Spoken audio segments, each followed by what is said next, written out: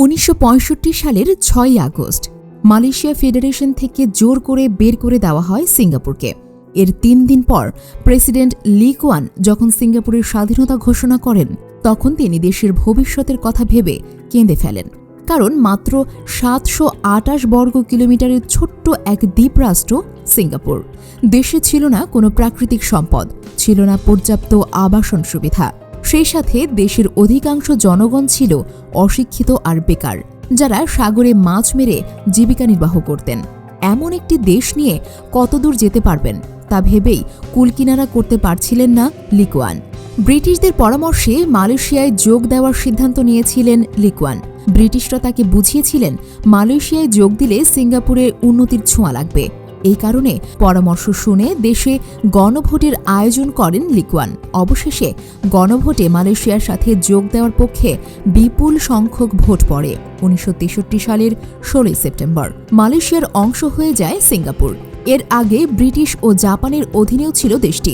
কিন্তু যে স্বপ্ন নিয়ে মালয়েশিয়া ফেডারেশনে যুক্ত হয়েছিল লি কুয়ান, তা অল্প সময়ের মধ্যেই ভেঙে যায়। মালয়রা সিঙ্গাপুরকে নিজেদের অংশ হিসেবে মেনে নিতে পারেনি। ভিন্ন ভিন্ন জনগোষ্ঠী হওয়ার কারণে তাদের মধ্যে ঐক্যের অভাব ছিল।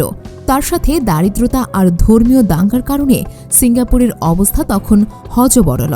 এরকম একটি দ্বীপরাষ্ট্র নিয়ে লি কুয়ান যখন মালয়েশিয়া ফেডারেশনে অতিরিক্ত দর কষাকষি করছিলেন, তখন তৎকালীন প্রধানমন্ত্রী টেংকু আব্দুর রহমান সিঙ্গাপুরকে বের করে দেওয়ার সিদ্ধান্ত নেন। কর্মসূচির মধ্যে ছিল উৎপাদন শিল্প প্রতিষ্ঠা, বসবাসযোগ্য বৃহত্তর হাউজিং স্টেটের বিকাশ ও জনশিক্ষা। এই কাজের জন্য লি কুয়ান বেছে নিয়েছিলেন তার দেশের কিছু মেধাবী মানুষ। তবে তাদের বেছে নেওয়ার ক্ষেত্রে সততাকে সর্বোচ্চ অগ্রাধিকার দেওয়া হয়েছিল। পরবর্তীতে সেই সব মানুষদের নিরলস পরিশ্রমের মাধ্যমে ধীরে ধীরে ঘুরে দাঁড়ায় সিঙ্গাপুর। তৃতীয় বিশ্বের এক দরিদ্র রাষ্ট্র থেকে জায়গা করে নেয় প্রথম বিশ্বের আধুনিক রাষ্ট্রে। মালয়েশিয়া থেকে যখন বের করে দেওয়া হয়, তখন সিঙ্গাপুরের মাথাপিছু আয় ছিল $500। বর্তমানে কয়েক হাজার গুণ বেড়ে দাঁড়িয়েছে $59,000। বর্তমান সিঙ্গাপুরকে একটি সাজানো বাগান কিংবা নাগরিক ভূস্বর্গ বলা যায়। নগরীর রাস্তাঘাট ঝকঝকে পরিষ্কার, দক্ষ পরিবহন ব্যবস্থা থাকায় রাস্তাঘাটে চোখে পড়ে না কোনো যানজট। 1965 সালের অপমানের জবাব উন্নয়ন দিয়েই দিয়েছে সিঙ্গাপুরের প্রতিষ্ঠাতা লি কুয়ান।